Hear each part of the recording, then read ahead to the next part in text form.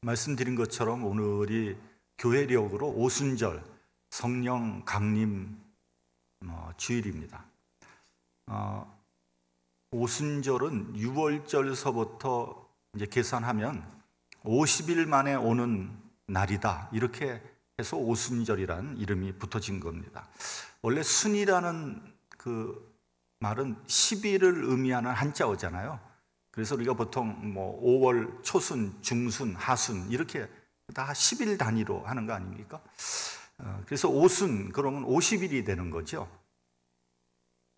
구약시대에는 이 날을 칠칠절이라고 했습니다. 또는 맥추절이라고도 했습니다. 칠칠절이라는 의미는 일주일이 7번, 그러니까 77이 49죠. 거기다 그 다음날 오는 절기다 그래서 칠칠절이라고 했고요. 맥추절이라는 것은 그때가 이스라엘에서 그 보리를 추수하는 절기라고 합니다. 그래서 맥추절이라고 그렇게 부르기도 했습니다. 그래서 이제 그 고대 이스라엘에서 이 칠칠절이나 맥추절은 3대 절기 안에 들어가는 겁니다. 참고로 3대 절기다 그러면 유월절, 그 다음에 이제 오순절, 그 다음에 초막절, 그렇게 3개가 이스라엘의 3대 절기라고 얘기할 수 있습니다. 6월절에 이제 주님께서 어린 양의 희생 제물로 그런 모습으로 십자가에서 돌아가셨죠. 그리고 오순절에 성령께서 임하셨습니다. 이게 무슨 의미가 있냐 하면요, 성령께서 오순절에 임함으로써 뭐가 생겨났냐? 교회가 생기게 된 거예요. 그리고 베드로가 설교할 때 회심하는 사람들이 남자만 5,000명에 이르렀다, 이렇게 말씀하고 있습니다. 그러니까 영적으로 우리가 생각해 보면 오순절에 이런 영적인 열매가 맺혀졌다는 거죠. 그런 의미에서 구약시대의 맥추절하고 의미가 일맥상통하는 거예요. 그렇죠? 보리를 추수하는 절기하고 심령을, 구원받은 심령을 추수하는 절기, 여기에서 이제 영적으로 일맥상통한 점이 있는 겁니다. 오늘 본문을 보면 19절에 안식 후 첫날 저녁 때 제자들이 모였다, 이렇게 돼 있어요. 그러니까 그날이 예수께서 부활하신 날이에요. 바로 그날 저녁에 제자들이 모인 거예요. 근데 그날 새벽에는 막달라 마리아가 예수님의 무덤을 찾아가죠. 근데 예수님의 시체는 사라져 버렸어요. 빈 무덤이었어요. 그리고 천사가 말하기를 예수께서 부활하셨다, 이렇게 얘기를 한 거예요. 그러니까 막달라 마리아가 돌아가서 그 얘기를 했어요. 하니까 베드로와 요한이 그 얘기를 듣자마자 무덤으로 뛰어갔죠. 근데 역시 막달라 마리아의 그 말대로 무덤은 비었고요, 거기 예수님의 시체를 쌌던 세마포는 개켜 있었다.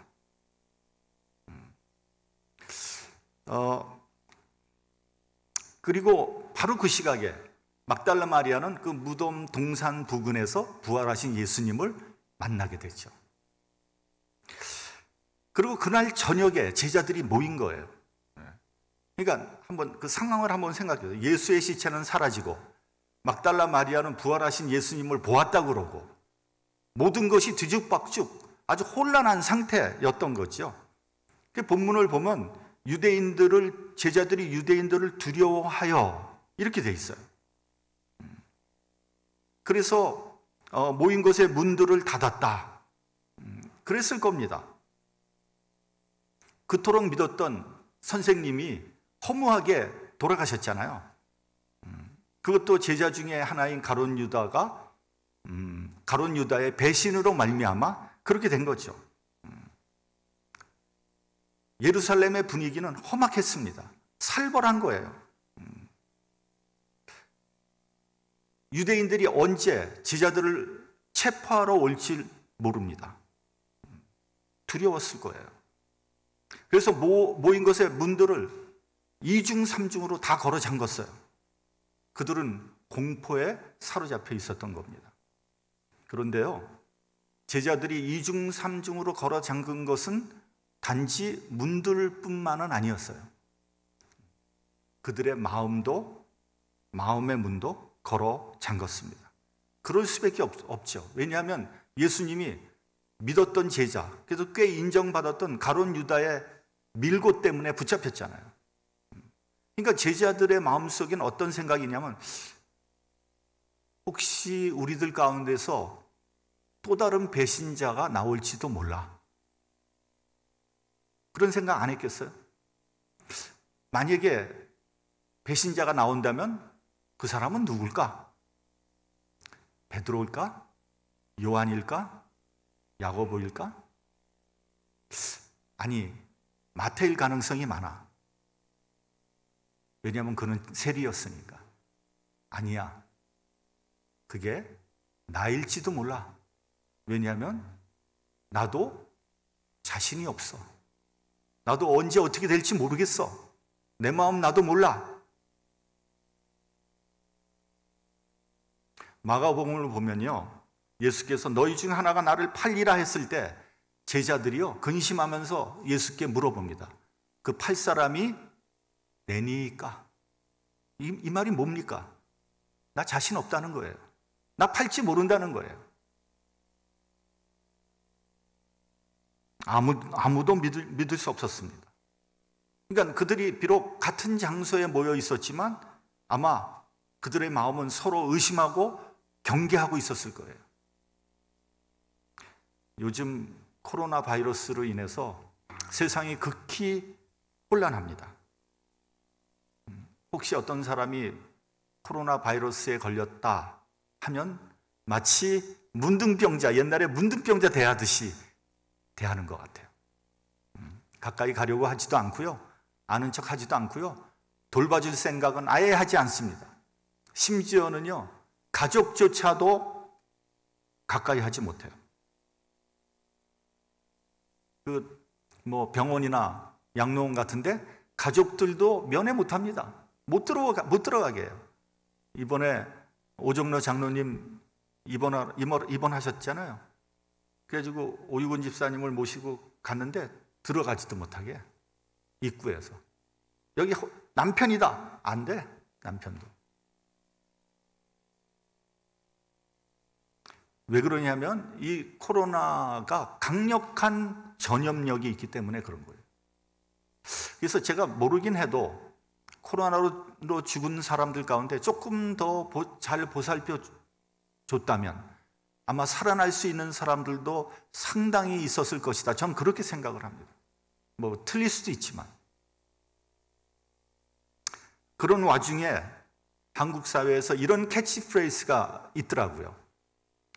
사회적 거리 두기로 몸은 떨어져 있지만 마음만은 가까이. 멋있지 않습니까?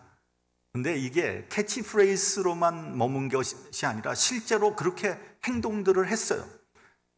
대구 경북 지방이 코로나19로 몸살을 앓을 때 간호원을 비롯한 의료진들이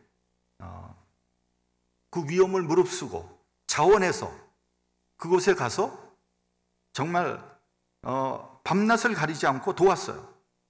그런 공동체 문화와 정신이 남아있기 때문에 우리나라는 전 세계에서 방역 최고의 국가라고 인정을 받은 것이 아닌가, 그런 생각이 듭니다. 반대로 미국 사람들 한번 보세요. 너무 무책임해요. 그리고 너무 개인주의적이야. 이 마스크도 잘 쓰지 않고 다니고요. 요즘에 많이 씁니다만 대통령부터도. 그리고 사회적 거리 두기도 소홀히 하는 것 같아요. 여러분 얼마 전에 그 뉴스 보셨습니까? 마이애미 비치에 그냥 사람들 그냥 꽉 들어차 있는 거. 그래서 세계 최악이라는 오명을 뒤집어 쓰고 있는 거죠. 제가 이 설교를 쓸 때 그 당시에 확진자가 170만이 넘었고요. 아마 지금 180만 넘었는지 몰라요. 사망자가 10만이 넘었어요. 이런 문제들이 치유되지 않는 한 미국은 더 어려운 문제에 봉착하게 될 거예요. 저는 참 걱정이 많아요, 사실은. 우리 자손들이, 우리 애들이 살아가야 되는 이 미국이 왜 이 모양인지 잘 모르겠어요. 여러분, 신앙이 무엇입니까? 신앙은요, 여러 가지로 우리가 이렇게 정의할 수 있지만 그 중에 하나로 두려움을 물리치는 거예요. 의심과 불신의 문을 열어 젖히는 거예요. 여러분, 성경에서 가장 많이 나오는 귀절이 뭡니까? 성경에서 가장 많이 나오는 귀절, 두려워 말라예요. 두려워하지 말아라. 지금과 같은 이런 상황에서 어떻게 두려워하지 않을 수 있습니까? 두려워하지 않을 수 있는 이유는 우리 뒤에 하나님이 계시기 때문에요. 그러므로 담대해야 됩니다. 물론 코로나를 조심해야 돼요. 그러나 두려워할 필요는 없어요. 주님은 지금 우리 마음에 들어오셔서 우리의 두려움과 불안과 불신을 걷어내 주시는 분입니다. 그리고 영원한 소망을 향해 마음을 활짝 열어주시는 분이에요. 19절 후반부를 보면 예수께서 오사 가운데 서서라고 되어 있습니다. 여러분 한번 생각해 보세요. 이중삼중으로 사방의 문들을 꼭꼭 잠궈놓고 있었어요. 제자들은 두려워서 벌벌 떨고 있었어요. 그런데 누가 문을 두드리지도 않았어요. 그리고 누가 문을 열어주지도 않았는데 어떻게 들어오셨는지 죽었다고 하는 예수님이 슬며시 들어와서 그 가운데 서 계신 거예요. 정말 기겁을 할 일이죠. 그래서 누가복음 24장 37절에 이 상황을 이렇게 표현하고 있어요. 저희가 놀라서 두려워하여 그 보는 것을 영으로 생각하는지라. 그러니까 이거를 조금 현대 버전으로 한번 바꿔보면 이런 얘기예요. 우리가 지금 귀신을 보고 있나? 이런 얘기예요. 한번 생각해 보세요.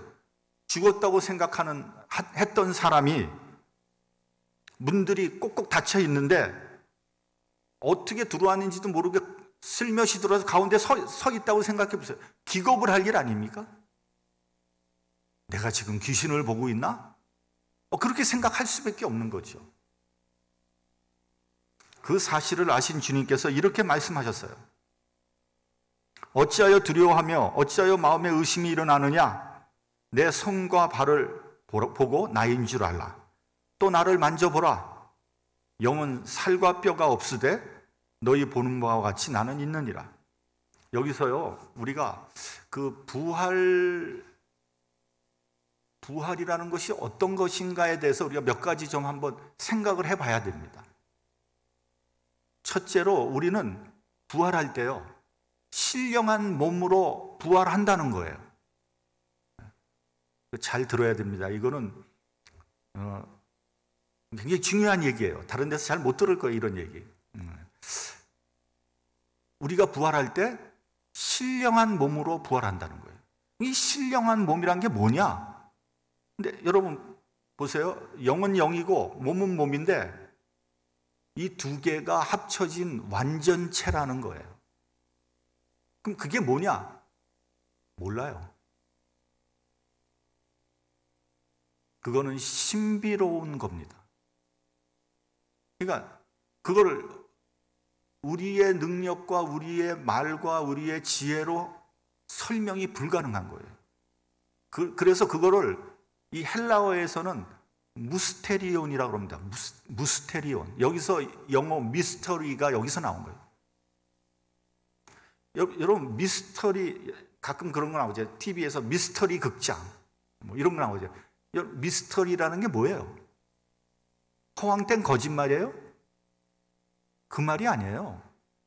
우리가 이해하지 못하지만 그거는 존재하는 거예요. 그 사실이 존재하는데 내가 이해가 안 가. 그게 미스터리예요.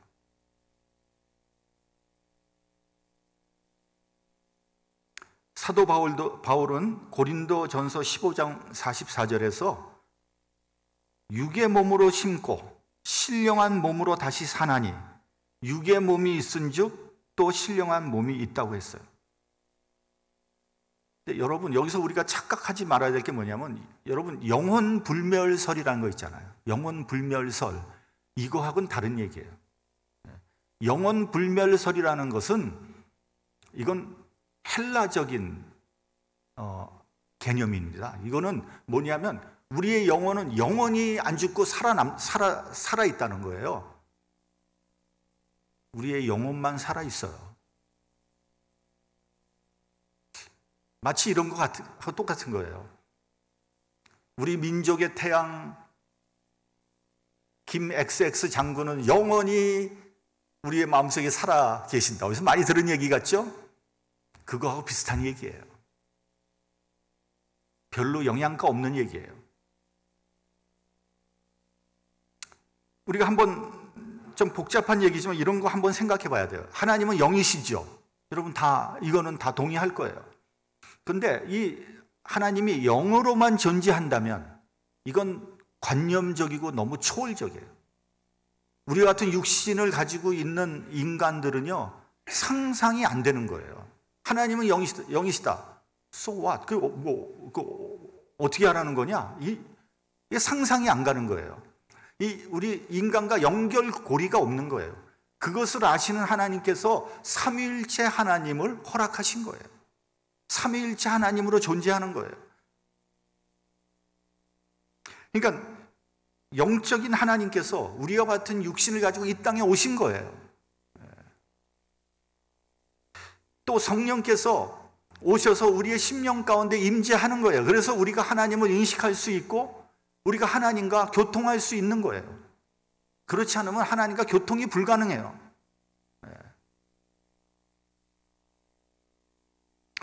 여러분, 인간의 육체는 불완전합니다. 우리 육체는 생로병사의 굴레를 벗어날 수 없습니다. 또한 우리의 영도 불완전한 거예요. 여러분, 인간의 영은요, 많은 부분 육체에 예속되어 있습니다. 그래서 여러분, 아무리 신앙생활 잘하는 사람도요, 이게 살다 보면 내가 신앙생활 굉장히 잘해. 11조도 잘하고 예배도 잘 드리고 하나님 간증하고 그러다가도요, 하던 일이 잘 안 되잖아요. 그리고 중병에 걸리잖아요. 그러면 어떤 생각 나는지 아세요?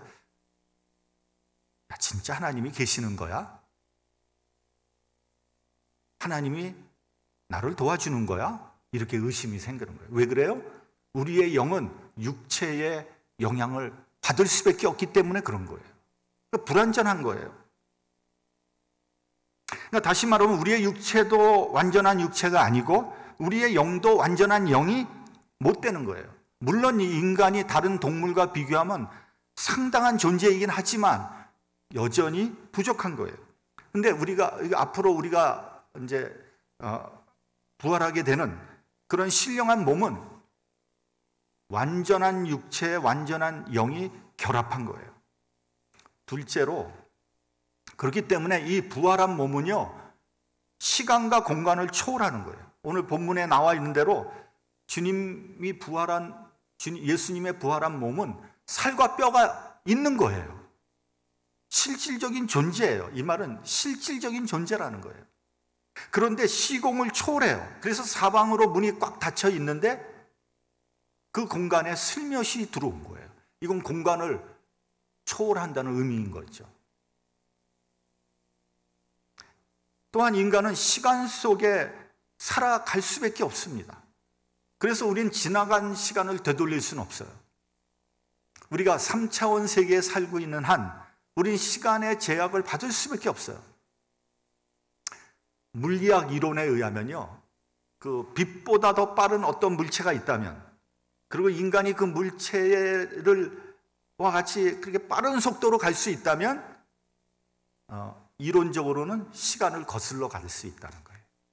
그러니까 우리가 로켓이 있는데 로켓을 내가 타고 있어. 근데 그게 빛보다 더 빨리 가. 그러면 어떻게 돼요? 나는 과거로 돌아간다는 거죠. 그게 물리학 이론이에요. 근데 그거는 이론일 뿐 현실 세계에서는 있을 수 없어요. 왜요? 우리는 3차원 세계에 살고 있기 때문에. 흘러간 거를 되돌릴 수 있는 방법은 없어요. 그러나 영적인 세계는 달라요. 차원이 달라요. 영은요, 시간의 제약을 받지도 않고 공간의 제약도 받지 않아요. 시간 밖에 있습니다. 그래서 우리의 영은 모든 시간의 역사를 한눈으로 볼 수 있게 돼요. 그래서 우리가 그런 얘기 하잖아요. 하나님 앞에 서면은 우리의 과거가 쫙 주마등처럼 지나간다. 한눈에 알게 되는 거예요. 부활은 시간과 공간을 초월한 신비입니다. 셋째는요, 신령한 몸으로 부활한다는 것은요, 당시 초대교회에 들어와 있던 영지주의에 대한 강력한 경고의 의미가 있는 거예요.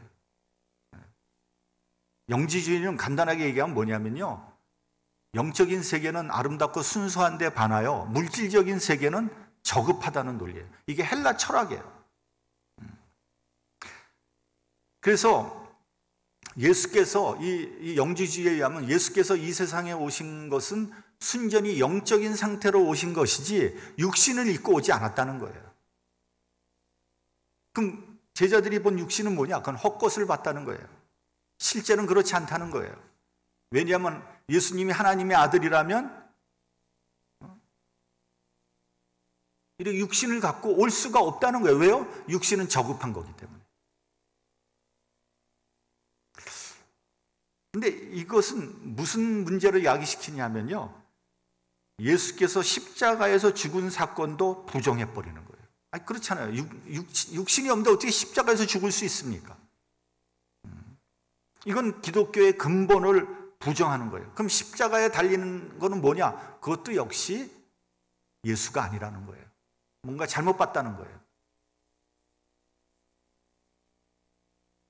예수님은 살과 뼈를 가지고 있는 완전한 인간이었을 뿐만 아니라 신령한 몸으로 부활하셨습니다. 예수께서 가운데 서서 가라사대 너희에게 평강이 있을지어다 라고 하셨어요.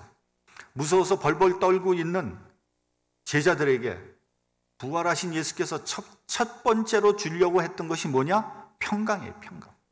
그러니까 여기서 이 평강은 히브리어로 샬롬이고요, 헬라어로는 에이레네라고 합니다. 근데 이 에이레네라는 단어의 뜻은 뭐냐면요, 어떠한 상황에서도 어떠한 위험 가운데서도 흔들리지 않는 것입니다. 그리고 평온함을 유지하는 상태, 그게 에이레네예요. 두려움에 떨고 있는 제자들에게 가장 필요한 것이 지금 이 순간 바로 이 평강이었던 거죠. 주님께서 평강을 부어주셨을 때 제자들의 굳게 닫혀있던 마음의 문이 열릴 수 있었던 거죠. 그 문은 불신의 문, 불안의 문, 두려움의 문이었던 겁니다. 여러분도 주님께서 주님의 평강의 축복을 받으면 여러분이 갖고 있는 모든 두려움과 불신과 불안이 눈 녹은 듯이 사라지는 거예요. 나에게 아직도 불안이 있다면, 나에게 의심이 있다면, 두려움이 있다면 여러분 주님의 평강이 없는 거예요.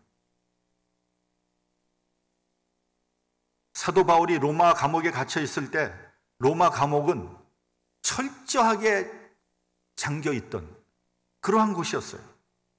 그 감옥은 지하 감옥이었어요. 아마 더럽고 습기 차고 어두웠을 거예요. 먹을 것도 제대로 없었을 거예요. 언제 죽을지 모르는 그런 장소였어요. 그러나 이 지옥과 같은 감옥 속에서도 바울의 심령에는 평강이 있었습니다.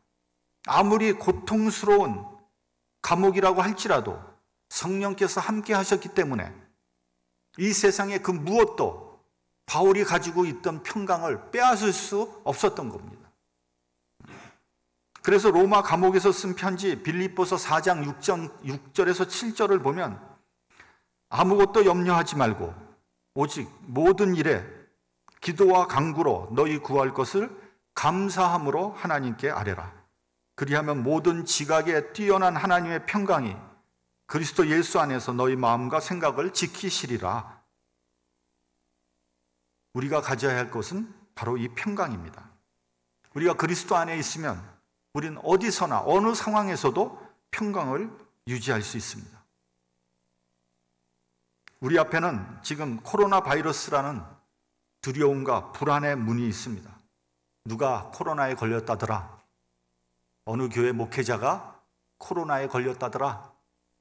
어느 가게에서 코로나가 발생했대더라. 그래서 사람이 죽었대더라. 뭐 이런 흉흉한 소문이 들려오고 있습니다. 사람들이 두려워하고 있어요.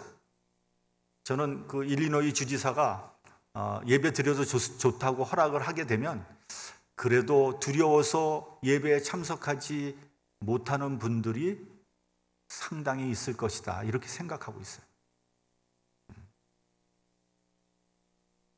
말씀드렸지만 우리가 각별히 조심해야 됩니다. 만용을 부려서는 안 됩니다. 나는 안 걸려, 나는 괜찮아. 아니, 전염병이 뭐 사람 따라갑니까? 그러나 우리가 두려워할 필요는 없어요. 우리가 철저히 준비하고 난 다음에 하나님께 맡기면 되는 거예요. 그보다 우리가 해야 되는 시급한 것들이 있습니다. 그거 뭔지 아세요? 가장 위험한 곳에서 일하고 계시는 분들을 위해서 우리가 기도해 줘야 돼요. 병원이나 양로원, 의료기관, 거기 의료진들은 물론이고 그들과 함께 일하는 사람들이 지금 사투를 벌이고 있어요. 사실은 우리는 불안하면 집에 밖에 있으면 되잖아요. 근데 그 사람들은 그렇게 할 수가 없는 거예요. 사람들이 죽어가니까. 1933년에 경제 대공황이 전 세계를 휩쓸 때 루즈벨트 대통령이 이런 말을 했습니다. 우리가 두려워할 것은 두려움 자체다. 오늘 본문을 한번 정리를 해보면요, 사방에 문이 이렇게 잠겨 있는데 예수께서 실제로 들어오셔서 제자들 가운데 섰어요. 그리고 손과 옆구리를 제자들에게 보여주셨습니다. 봐라, 내가 부활했다. 제자들이 그걸 보고 크게 기뻐했다, 감격했습니다. 우리 선생님이 정말 부활하셨구나. 그리고 예수님은 제자들을 축복해 주셨습니다. 너희에게 평강이 있을지어다. 제자들은 새로운 힘이 솟아났어요. 뭔가 될 것 같다. 의욕으로 충만해졌어요. 근데 그것만으로는 부족하다는 거예요. 오늘 본문 22절을 우리 함께 보도록 하죠. 본문 22절. 자, 시작. 이 말씀을 하시고 저희를 향하사 숨을 내쉬며 가라사대 성령을 받으라. 성령을 받으라. 성령을 받아야지 예수님의 부활 사건이 나의 부활 사건이 되는 겁니다. 성령을 받아야 믿어지고요, 이 믿음이 생명이 되는 거고요, 여기서부터 신앙이 시작되는 거예요. 그래야 복음을 전할 수 있게 되고요, 증인이 될 수 있는 겁니다. 여러분, 아무리 복음을 듣고 보고 내 손으로 만졌다고 해도 그렇다고 해서 증인이 되는 게 아니에요. 성령 받아야지만 증인이 될 수 있어요. 아무리 내가 보고 들었다고 해서 위험이 닥치면 어떻게 하겠어요?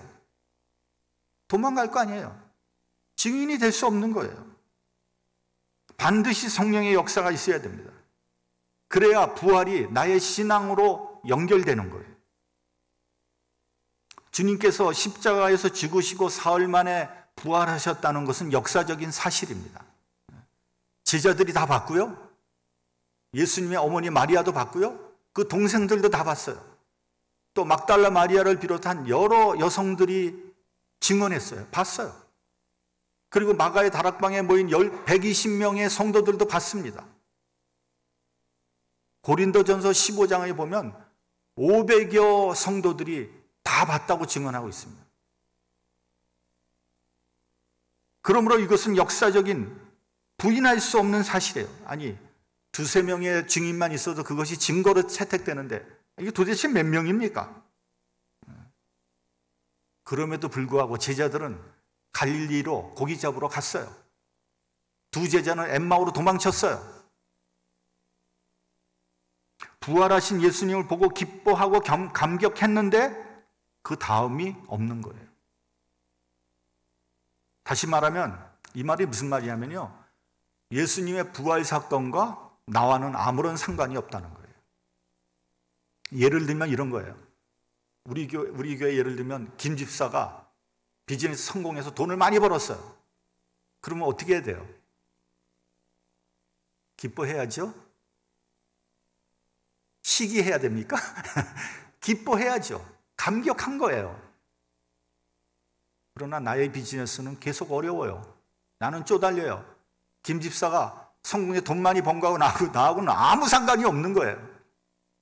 마찬가지로 주님의 부활이 나와 무슨 상관이 있습니까? 여러분, 주님의 부활을 보고 인정했다고 해서 내가 구원을 받는 게 아니에요.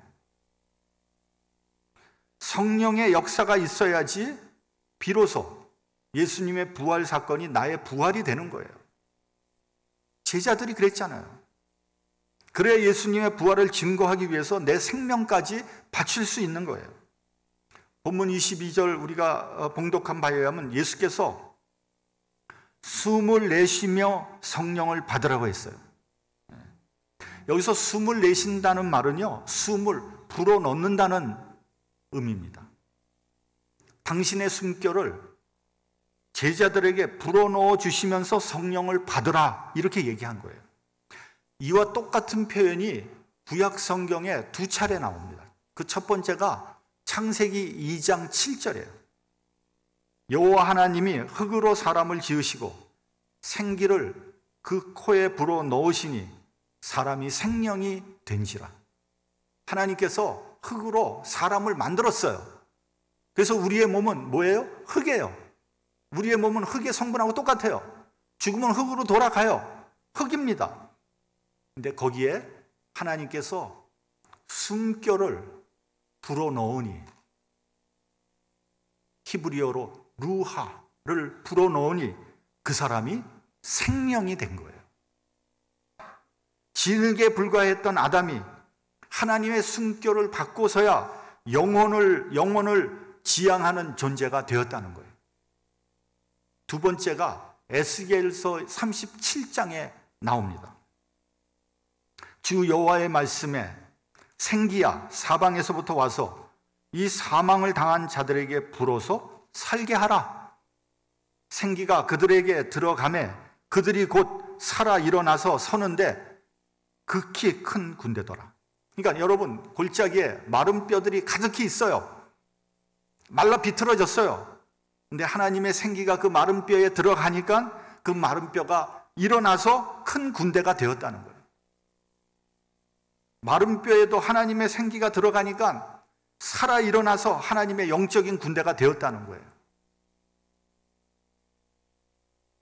하나님은 하나님의 숨결이 들어가는 사람마다 살아나서 영적인 군대가 되는 거예요.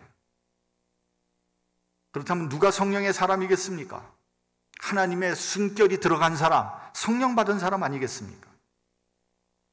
여러분, 우리의 인생이 강건해 봐야 7, 80년 사는 겁니다. 근데 우리가 7, 80년 사는데, 한평생 사는데 뭐라고 삽니까, 우리가? 뭐라고 살아요? 돈 벌고 밥 먹고 화장실 가고 그게 다 아닙니까? 잠자고. 솔직히 그게 무슨 의미가 있습니까? 그 인생에 무슨 가치가 있는 겁니까?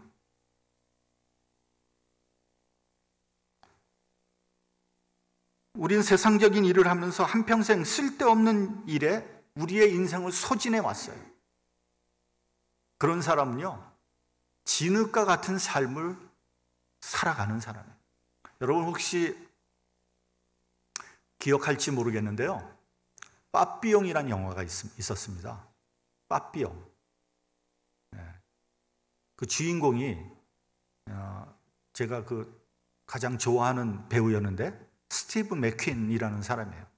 스티브 맥퀸이 살인 누명을 쓰고 저기 불란서 사람인데 저기 남미의 가이아나인가 뭐 그런 데로 형무소로 들어가게 됩니다. 그 형무소는, 그 교도소는 절대 탈출할 수 없는 무시무시한 형무소예요.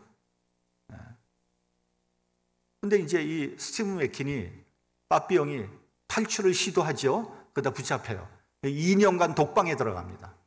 근데 이제 독방에서 꿈을 꾸는 거예요. 꿈을 꾸는데 거기 보니까 재판장들이 한 10명 정도 쫙 까만 옷을 입고 쫙 앉아 있어요.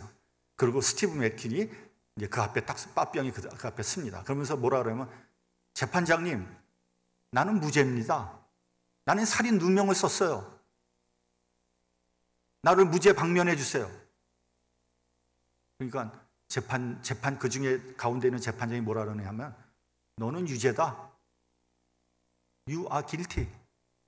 그러니까 빠병이, 내가 왜 유죄입니까? 나는 누명을 썼다니까요. 내가 왜 유죄입니까? 그러니까 뭐라 그런지 알아요? 그 재판장이, You waste your life. 넌 한평생 넌 쓸모없는 일만 하고 살았다. 그래서 넌 유죄다. 그러니까 빠삐용이 돌아서면서 뭐라 하는지 알아요? 뭐라 그랬겠어요? 에이 쉣 그랬을까요? 예. That's right. I'm guilty.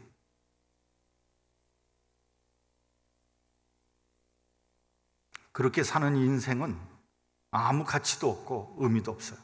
하나님께서 우리에게 귀한 생명을 허락하시고 우리에게 생기를 불어넣어 주셨는데, 우리는 우리의 인생을 헛된 것에 다 소비한다면 우리가 하나님 앞에 나는 I'm not guilty라고 얘기할 수 있겠어요? 그렇기 때문에 우리는 성령을 받아야 되는 거예요. 그래야 비로소 나의 인생이 가치 있는 인생이 될 수 있고 의미 있는 인생이 될 수 있어요. 그래야지만 비로소 주의 사역을 할 수 있고 주님의 말씀에 순종할 수 있으며 주를 위해서 증인으로서의 삶을 살아갈 수 있게 되는 겁니다. 성령으로 주의 사역을 감당하는 저와 여러분이 되시기를 축원합니다. 이 세상에서 쓸모없이 살다가 쓸모없이 죽어가는 그러한 사람이 되면은 안 되지 않겠습니까? 기도하겠습니다.